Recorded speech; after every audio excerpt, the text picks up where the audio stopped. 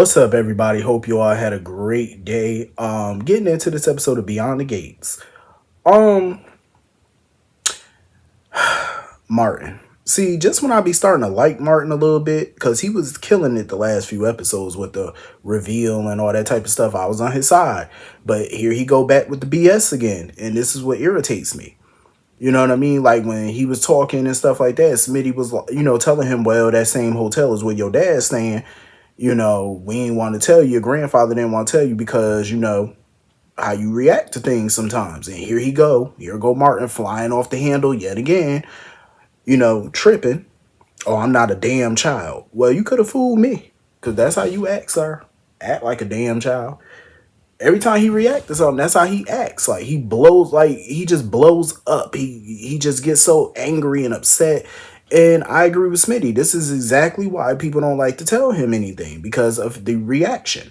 They know how he gonna react. He gonna blow up. He gonna act out and show out. Like Smitty better than me, because I would have been the hell about that marriage. I'm sorry. I could do bad by my damn self, because I couldn't deal with no foolishness like Martin. Even when Kat walked over and was talking to him about it and was talking to Smitty about it, because at first she didn't understand why they didn't just tell Martin from jump about where their dad was staying or whatever, because she felt like, oh, did they really think he was going to go after my dad? Yes. You never know what Martin going to do. You never know what that man going to do. That man is like a fucking volcano. He'll erupt at any moment. You never know with him. So, of course, Vernon didn't want him to know where Ted was staying naturally, because Vernon had a feeling that, Martin would confront him. But I did love all the praise that Kat was giving to Smitty, because she was right. Like, Smitty is the husband that Martin really don't deserve. Like, he really don't deserve that kind of husband. Like, Smitty has been patient with him, supportive, the whole nine. Even when Martin has acted a total ass, Smitty still stood by his side. Still stood there. Still stayed down. Still stayed loyal. He don't deserve that shit with the way he act. He really don't. Like, he don't deserve that. And I love how Kat basically told Smitty if him and Martin ever got divorced, she was like, oh, the family would love to keep you. We would rather keep you than Martin. That shit had me dying. I said, you know what? She ain't lying. She ain't lying. Because, Smitty basically feels like an outsider. And I feel like that's the running theme with in-laws in the Dupree family. Anybody who marries into the Dupree Richardson family, they feel like, they just feel, like they don't belong in a way. Like they just are on the outside looking in, even though they're in, so to speak. That's just how they feel. But I'm glad that she let Smitty know, like, it's not the same thing. You are definitely valued. And in my opinion, as a husband, Smitty does have the right to voice his opinions, especially when it concerns his husband and their children. He has a right to say what he want to say. Even though, he feel like, oh, Dupree family business is Dupree family business. Sir, you are in the family. You have every right to speak your piece. I wouldn't give a damn who don't like it. You've been a part of that family. You've been a damn good husband. I'm pretty sure they do value his opinions. I would, and I do, honestly, because Smitty, one of the most sensible ones when it come down to some shit. I don't know why he's staying in that marriage taking that abuse. This guy. Oh, excuse me. I'm telling you, I would have been about that marriage. I'm sorry. I couldn't deal with all that foolishness that Martin come with. He come with way too much baggage. So anyway, moving on from that. I'm not surprised that Martin went to go see Ted. And of course he saw the brown liquor that, Andre brought or whatever. Ted, I get it. He wants to apply that pressure. He wants to, get everybody to rally and talk to Nicole on his behalf. But I feel like having Andre go talk to her is not the best move right now. I just felt like having anybody go talk to her on his behalf is just not cool. You know what I'm saying? Like, just give it some time. You know what I'm saying? Nobody can force this girl to forgive him right now. To hear him out, see his point of view. She doesn't want to right now. I don't blame her. She's not in that mental space to deal with this shit. She's not in that mental. She don't want to see his point of view. You know what I'm saying? She don't. All she's seeing is red right now. Give her space to heal. Give her time to herself. I'm not surprised though. Martin went to go see him and, get on his case about what happened and how he used to look up to him and all that type of stuff. But, Ted let it be known. He said, listen, I messed up. I did. But he was like, don't ever try to downplay my love for my family, because no, you could never take that. That's one thing you could never play with, is the love that man got for his family. And I genuinely believe he loved his family. He had a lapse in judgment all those years ago. You know what I'm saying? But I believe that he's tried the last 20 plus years to make that up to his family, because he knew he fucked up. So internally, he was trying to make that right by being the best damn husband and father he know how. And it was working. For over 20 years, they loved that man. They never knew nothing was up. Never. And to me, I feel like that wasn't no act. He knew he fucked up. He realized what he had at home. And he knew he wasn't about to jeopardize that again. He wasn't about to do that. But the past came back and bit him in the ass. I mean, what are you going to do? Martin got a right to feel how he feel, though. He got a right to lash out at his father or whatever. I feel like anybody does. Can't take that away from a person. Can't take their feelings away. You can't invalidate how they feel. He has that right. You know what I mean? But I don't know. They're going to have to figure that out. It's going to take some time. Ted got to realize that. It's going to take some time. Because Lord knows when Danny came to see him. Listen, you got Hurricane Danny on your ass, sir. Hurricane Danny done blew through. She said, nah, I came to see my brother-in-law. And she was letting him know, too. You don't even know the hell you got coming your way. I said, Danny, go sit down. I love Danny. Danny just making her rounds. I'm here for it. Danny do not play. Like, she letting Ted know, like, this is far from over for your ass. Like, we on your ass. I love it, though. Danny is so ride or die. So ratchet. She classy, but she could jump into that ratchet shit real quick. She could set it off real fast. I love it. How she just ride for her family. Like, that's so lit. So anyway, moving on from that. So she chewed Bill ass out. And let me tell you something. This is like, what, day 2? That I had to kind of defend Bill a little bit. Because I feel like they both had valid points. But I had to defend Bill a little bit. Because she was trying to lay the blame on his doorstep. And I'm like, no, Danny. You can't blame that man for what Ted did. You cannot blame him for nothing that Ted did. Ted came to him to clean up the mess. And that's what Bill was trying to reiterate to her. He was like, listen, your family, you keep trying to tell me to stay out Dupree family business. Your family don't want to get their hands dirty. They come to me. But I do agree with Danny, though. Bill can't sit there and keep trying to act like the Duprees didn't build him up. Like he didn't ride on their coattails. You can't keep acting like you did. Because yes, you did. He don't never want to give the Duprees credit for his rise. He never does. He don't want to give Danny no credit. He don't want to give Anita and Vernon no credit. Sir, you would not be in a position that you're in without that Dupree backing. And Vernon made that abundantly clear very early on in the show that they did a lot to get him to pop off in his career. That they definitely, applied the pressure to make sure he was the top lawyer. So he can't sit there and try to act like they had nothing to do with his rise to the top, because they sure did. And paid him heavily to keep their dirt. To hide their dirt. They paid that man handsomely for it. But Danny need to be careful what she asked for, because she talking about, what other skeletons you got in the Dupree closet, or that's about to fall out the Dupree closet or whatever. I said, Danny, you do not want to know the answer to that. You do not want to know, man. Stop asking questions. I'm just saying. You do not want to know that. Better stop. But when she told him to stay out Dupree family business, that man said, oh, that's why I left you. Bill is an ass. Like, total ass. And the way Danny looked at him, like, I know this bastard ain't just say that. And I don't know. It's like sometimes it's kind of hard to read Bill. But I definitely, because it's so funny, because Bill tried to make it seem like Danny still care about him, which I'm sure she do. But he be trying to act like he don't give no fucks about her no more. And I don't believe it. I don't believe it. It's all in his facial expression.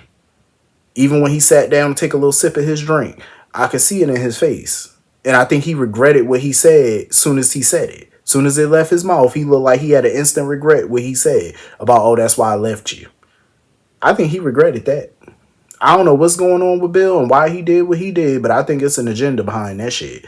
I don't know, but something tell me something is up as to why he really left Danny. I don't know, because it's like certain facial expressions. He try to act tough and hard with her, like, oh, I'm over you, I'm done. You don't be married to somebody for 30 years and just lose all your love for that person. I'm sorry, I just don't believe that. I don't. Like, what the hell happened in the marriage that was so bad that you just completely checked out? Completely. Like, you have no love for that woman no more whatsoever. I don't know. It's like their relationship remind me so much of Lucius and Cookie. It remind me so much of it from Empire. It really do. Because Lucius used to act like that with Cookie. Whenever he would get mad, he would get so cold and say the most hurtful shit to her. Oh, I'm over you. I'm done. But then he'd be right back 10 minutes later banging on that door for her to bring her ass back home now. Oh, I said some things. You said something. Nah, bump that. Fuck that. You done said too much. I ain't coming home. Crazy as a motherfucker. But yeah, I don't know. And Haley wants to stand in the doorstep being all smug. I'm like, girl, go to work. Like, she just, Lord, I hate to say it about a person, but she like a little cockroach. Like, just always lurking. It's like, girl, don't you got some shopping to do? Something. She just always around, eavesdropping, making sure she hear the tea. Then she's so insecure, talking about, oh, are we finally done with Danny? Ma'am, you ain't never gonna be done with Danny. Let's be clear. Let's be clear. Bill is not leaving the Dupree family alone, and he proved that today, even more. Because that man, the first thing he did was get on that phone and call Smitty over. I said, now what the hell you want with Smitty? He got to plan that play because he's all up in Martin's face about them being allies and stuff like that. I'm like, what the hell is Bill up to? Because he's up to something. You want something. I'm trying to figure out what exactly is it that his ass wants. Because now you got Smitty over here asking about his career and the fact that he's back as an investigative journalist, and you find that interesting. Talking about, oh, well, we could work together. You know, you could remind Martin and stuff. And he had said something, and Smitty was just like, what the hell is that supposed to mean? He was like, oh, Martin to know what I'm saying. I said, uh-huh, that damn secret. That's what it is. Bill ain't never going to be done with the Dupree family. He not, because he need them. He need them like Gail Weathers need Ghostface killings. Like, you just need it to keep that career and shit going. That's all it is. You need it. You don't want to admit that you need it, but you need it. And Haley is a fool to think he leaving that alone. Please, that family is still huge. They still got a huge influence. They still got power. Bill gonna need that power. I don't give a damn how powerful Bill think he is. He ain't got Dupree power. That's the thing. And he still need it. So Haley fooling herself. So moving on from that. So Eva, you know, she come up there, sit down or whatever, and Tomas want to sit with her. And she took what he said as an insult when he was like, oh, I didn't think you could be so malicious or something like that. So she took that as, oh, now you sat down with me just to talk shit, basically. And he was like, no. He was like, let me clarify. That's not what I meant. He was like, I'm just trying to figure out, like, what happened? Like, what made you do that? So she explained herself or whatever. And the way they you know, took each other hand and stuff, and Kat walked in just in the nick of time to see it. I said, Lord, I ain't gonna hold you. Kat need to leave Tomas. She need to let him go. She need to let him go. I feel like his loyalties are gonna be divided. And I don't want her to get into the same situation that Danny got into with Bill. Being with a man who just gonna use you and spit you out once he finished using you. You know what I'm saying? Because Bill definitely used her for the Dupree name and connections. I don't want Tomas to do the same thing to Kat. Use her for the Richardson Dupree name and all that type of stuff. I don't, no. I don't want that to happen to her. Be smart. Leave that man the hell alone.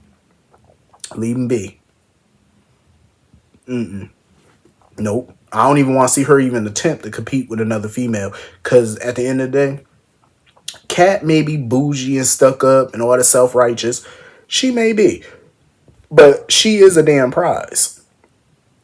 Like, she got some things to work on within herself, but she still is a good chick. You know what I'm saying? Any dude, she's beautiful, accomplished, she worked hard, she want her own, she not trying to live off of, you know, mommy and daddy money. She out here trying to make her own. You know what I'm saying? I respect that. I really do. Even though she grew up in a life of privilege, so what? She shouldn't have to apologize for that. But any dude who can't accept her for who she is and respect her, she don't need him. I feel like Tomas is not the one for her. You know what I'm saying? Like, I feel like they're two totally different people, and she knows her value. She knows her worth, and she shouldn't be allowing anybody to mess with that, to devalue her. No, absolutely not. Nope. If Tomas want to be with Eva or whatever and make sure to go with her, then have at it. Have at it. Nope. Because obviously the friendship between Tomas and Eva is going to be a problem for Kat. So I don't see how they're going to move forward. Because her little ultimatum ain't going to work. He's not going to stay away from her. She just literally told him, oh, you need to stop hanging with her. What'd he do? As soon as he seen her, oh, can I sit with you? He's not leaving that girl alone. So ain't no point in giving no ultimatum. You might as well just let him go completely. Let that go. So anyway, moving on from that. This little homeless lady, June, I think her name is, little homeless girl. So they trying to hook her up with shelter and stuff like that, but no shelters are available. So Jacob basically told Naomi, look, use the Dupree name. Okay, we need to get this girl some help. Mind you, June don't want to go nowhere. She don't want to go to no shelter or no hotel or nothing like that. She don't want their help, period. She was pissing me off this episode. She was. Because they bending over backwards trying to help her. So Martin used his contacts and connections to get her into the same hotel Ted is in. I said, ooh, they got you into a swanky hotel too. That like it's 5-star. Like, you know, that's a nice ass hotel. And they got her up in there. Jacob brought her. You know this heifer left the hotel. I say, you know what? That's the fuck it. See, this little unhoused lady want to go back to the underpass. Oh, that's where I live and that's where I'm going to stay. You know what? Take your homeless ass over there. I don't mean to sound rude. I don't mean to sound harsh. But you know what? You know what I mean? Homeless folk would love for somebody to help them like that. And you sitting over here acting a fool. You want to stay at the underpass. Then take your ass there. I wouldn't be forcing no fine living on her. Absolutely not. She don't want to stay in a 5-star hotel. Fuck it. Go back to the street. To the streets you will return. You ain't got to tell me twice. I tried to help you. But I feel like there's something maybe bigger with that story with her. Because this is like the second time she done popped up. And it seemed like Naomi and Jacob really took an interest in her. So I feel like it's going to be a bigger story with that. And if memory serves, because I'm trying to look and see who the actress is, I think that's Jasmine Burke. And if that's Jasmine Burke, I know that actress. She's been on quite a few movies and shows that I liked. So if she's up here, it got to be for something bigger. The story got to be a bit bigger with her. She's on here. Because Jasmine Burke is a damn good actress. So if they got her, it got to be something more to this. That's how I feel. So anyway, Ashley and Naomi are talking about the Dupree family drama. And they got Naomi wondering, well, if Ted and Nicole couldn't make their marriage work, who the hell can? I'm like, see, that's the problem with folk. Stop basing your marriage and your relationships off of other people's marriages. I don't care if they got a good marriage, bad marriage. Stop basing that shit off of that. I've seen some people do that over the years. Oh, because my parents got divorced. I feel like that's going to happen to me. You're not your parents. You're not your parents. You ain't your uncle or auntie. You ain't none of them. You ain't your grandparents. You ain't none of them people. You got to have a marriage that work for you. You can't base your marriage off other people's marriage. I hate when people do it. It annoys the shit out of me when people do that. Stop doing that foolishness. So anyway, moving on from that. So Andre went to go see Nicole, and he pretty much put it out there that Ted already told him about the affair. He didn't know about Eva, but he knew about the affair. And, he was apologetic. And I love how Nicole, she gets upset with people who already knew, but she doesn't hold that against them. And I love that she still holds Ted accountable for it, not other people. You know what I'm saying? Because that was him that laid down with that woman. That's why I hated when Danny went to go see Bill and try to blame him, because he was right. Ted laid down with Leslie. You know what I'm saying? Bill didn't force that man to do that. Like, come on. You got to stop blaming other folk. That's that man. Um, but it was funny when Vanessa came by and they was talking. And Nicole was like, you know what? She said, I feel messed up judging you and talking to you about what you was doing in your marriage when shit, you might have been right all along. I said, Nicole, stop it. You ain't no hoe type. Stop it. You do not need to be doing what Vanessa out here doing. That's her shit. Cause Vanessa was like, listen. Vanessa was like, if she had a husband like Ted, basically, she would have never stepped out. She was like, she would have been monogamous. So basically, she trying to say like Doug ain't no Ted. That's why she creep around. That shit was funny. But I love the support that Nicole is getting. I loved her scenes with her parents, like with Anita and Vernon. Because Anita was like, listen, you could talk shit all you want about Ted, you could talk shit about Leslie. She said, but I will not let you sit here and talk down about yourself. And I totally agree. At the end of the day, Nicole she can't be blaming herself for this. Talking about, oh, I should have seen it coming. I should have this. I should have never been so blindsided and so blind to him. Listen, you couldn't have known what that man did. Ain't no way for you to have known. You trusted him. Shouldn't beat yourself up for that. But I loved her conversation with Vernon too. Vernon just got this unique relationship with his daughters. Like, it's different, but it's the same in a weird way. But I love how he support them the same. You know what I'm saying? Even though the conversations are a little different, he support them a little differently. But it's like different and the same at the same time, if that makes sense. And I just love it. You know what I'm saying? Like, he speak life into his daughters the same way he speak life into his wife. You know what I'm saying? Like, it's all right to feel however you feel, but you got to get yourself back up and keep going. You know what I mean? And I know Vernon was, worried about Anita and how all of this was affecting her and stuff like that. But at the end of the day, it's like, y'all just got to be there for y'all kids. You don't want them to hurt, but it is what it is. You raise some strong ass daughters because they're going to get through. So Nicole is laying on her couch, waiting for her food delivery. The doorbell rang. This bitch Leslie done walked in. I said, you know what? This hoe was certifiable. You done walked into the Dupree mansion. Now you got the balls to walk up in Nicole's house? I'm sorry. Nicole need to whoop her ass. Whoop her ass. Talking about, oh, you hungry? Oh, I didn't bring anything. Then gonna come in there and get smart. You need an ass whooping. She said there because Nicole was like, how the hell you even get past the gates? She was like, oh, I got the codes from Eva. Leslie, I'm sorry, but somebody need to put pause. See, that's why my mother couldn't be in the show, because I know my mother would have put pause on her. My mother would have whooped that ass. I'm just saying. I'm gonna need Nicole. I know she trying to keep it classy and keep it cute. Bust that ass, because you ain't gonna walk up in my home. It ain't going down. Talking about, oh, well, you need to listen to what I gotta say or hear what I got to say. Trick, I don't need to hear nothing out your lying mouth. Turn around and walk out if I beat that ass. I'm telling Nicole need to slap her one good time. But anyway, that was pretty much the whole episode. Hit the comment section, let me know what you all thought, and I will see you all later. Have a good night. Peace.